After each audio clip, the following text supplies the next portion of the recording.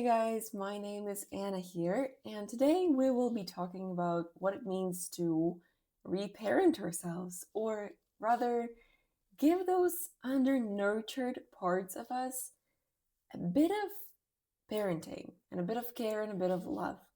And what I mean by that is, sometimes even with having the best of parents, which I consider mine to be, and even with loving them with all our hearts, there are still moments in our lives, especially in the childhood and teenage years, where we felt like we were uncared for or unnoticed, or a part of our life has not been recognized by our parents. And that is normal because we're all human beings. We all go through different processes and different times. So it's not up to our parents to notice every single thing. If we leave those parts unattended to, untreated, they act like that little kid, that little oftentimes offended kid. And we oftentimes don't want it to act that way. We oftentimes don't want to have that kind of behavior, but we just seem to not be able to change anything about it. Those parts of us that were left unnurtured and uncared for,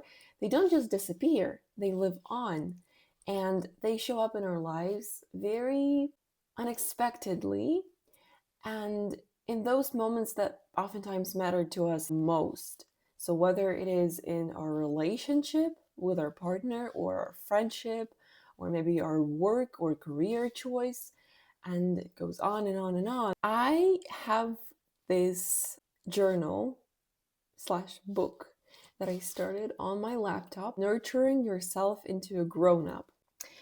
I had moments in my life, in my childhood, when I really wanted my daddy to be more present in my life. When I really wanted him to show up more, to treat me like his princess, like his little girl, like his precious, But my daddy was really busy. He was attentive to me, he loved me fiercely, and still does.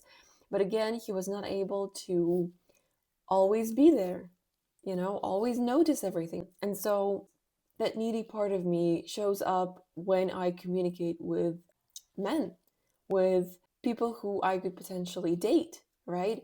It shows up unannounced, and it starts to act like this little girl. And sometimes it's fine, but sometimes it really messes with how I want to communicate with the other person, right?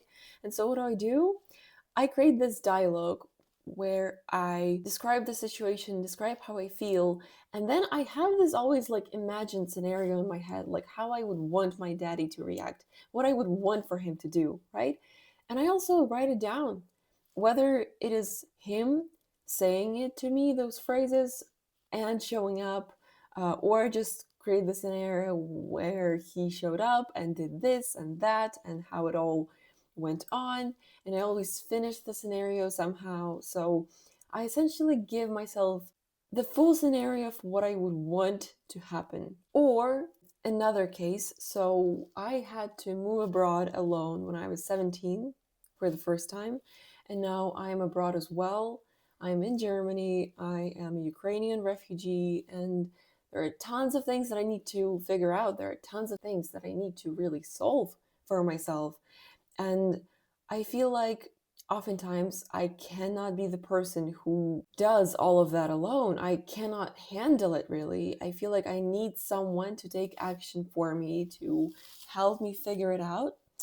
And I know that again, people can help me, my parents can help me, but oftentimes they are busy as well and they have their own problems.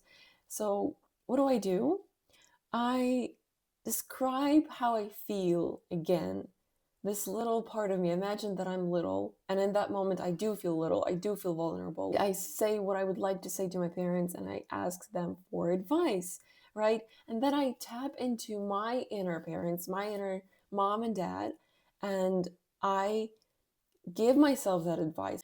I motivate myself, I hear myself out, I'm always there for myself.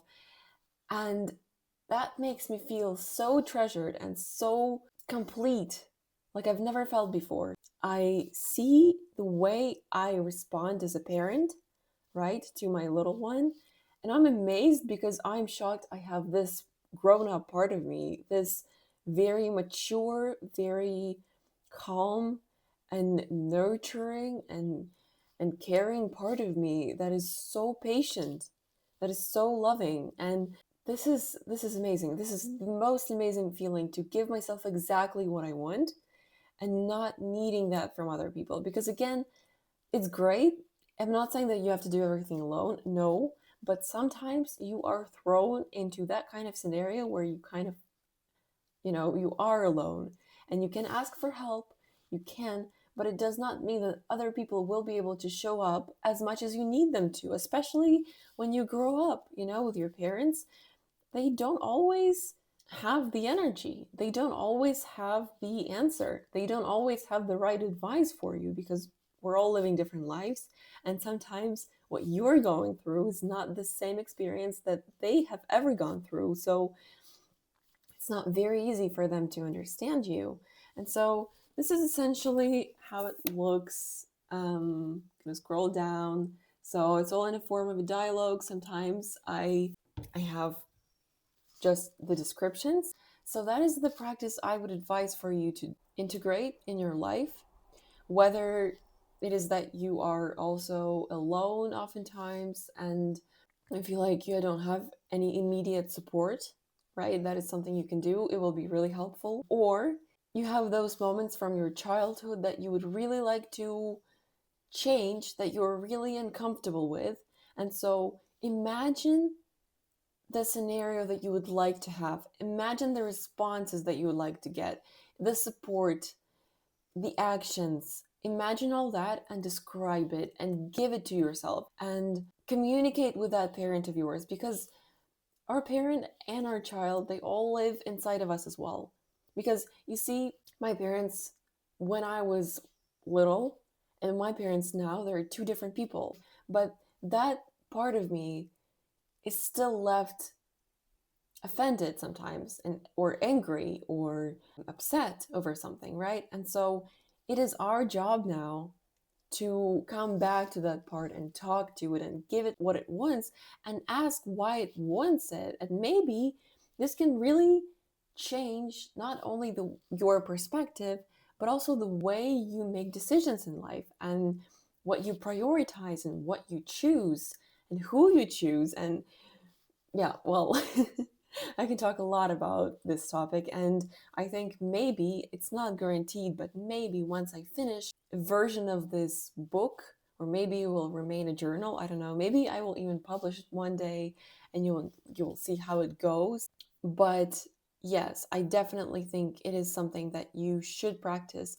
It is something that you should do if you want to connect with your inner child better, and also with your inner parent, and see how much strength you actually hold within you, how loving you can be, how caring you can be. That is crucial to see, actually, and how capable you are. Because when you see yourself answering from the side of the parent, you may be really shocked of how much strength and clarity you actually have. So, yeah, there's that. Um, yeah, I think this is it. I think you should just go and try it. And yeah, I think I will go now. I have so many things ahead of me today.